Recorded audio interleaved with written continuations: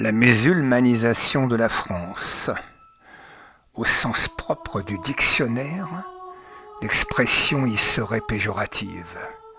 Elle recouvrirait la transformation de la société au rythme de la pulsation des vagues migratoires venues du Maghreb et d'Afrique subsaharienne à partir des années 60, cela par dilution ou effondrement de la spiritualité judéo-chrétienne.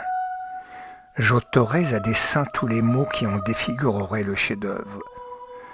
On affublerait couramment ce vilain pamphlet à une mutation vertigineuse, celle de l'à peu près, comme à la Goulette, la Marsa, Bab el-Oued ou Sidi Bel Abbès.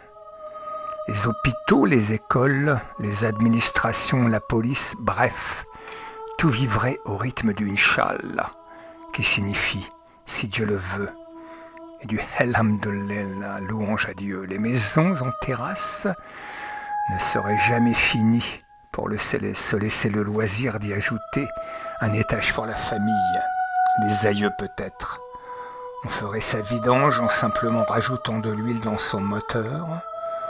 On ne ramasserait pas les ordures au bas de l'immeuble, ce serait le boulot des moutons et des chèvres.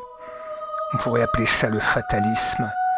Je le laisserai à votre entière appréciation. Ce serait, en tout cas, le règne de l'imparfait, du rien n'est jamais fini, d'un Dieu qui se mêlerait de tout et de rien, de l'interdiction de la femme de conduire, car Mohammed l'aurait écrit au 7e siècle, à celui de lui imposer un tuteur masculin pour voyager ou lui donner un passeport, de l'obliger à stopper le travail 5 fois par jour pour prier son Dieu, aux filles de ne plus aller à l'école pour ne pas risquer la contagion au savoir. Enfin, et sans être exhaustif, la faculté de mentir pour arriver à ses fins.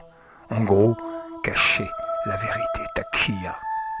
C'est ainsi que l'on décrirait, entre 1980 et 1990, mon avenir, du fait de mon choix professionnel, de tenter l'aventure en terre d'islam. De retour aujourd'hui, ma Gaule, qui les aurait repoussés à Poitiers, puis aurait sombré sous le coup de tsunami des héritiers, à la chaîne de Billancourt, ou celle de Flins, pas grave.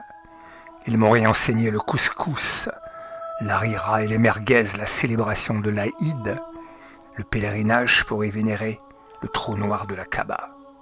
Là-bas aussi, et pourtant, ça marcherait toujours droit. Le chemin du prophète peut-être, plus chez nous.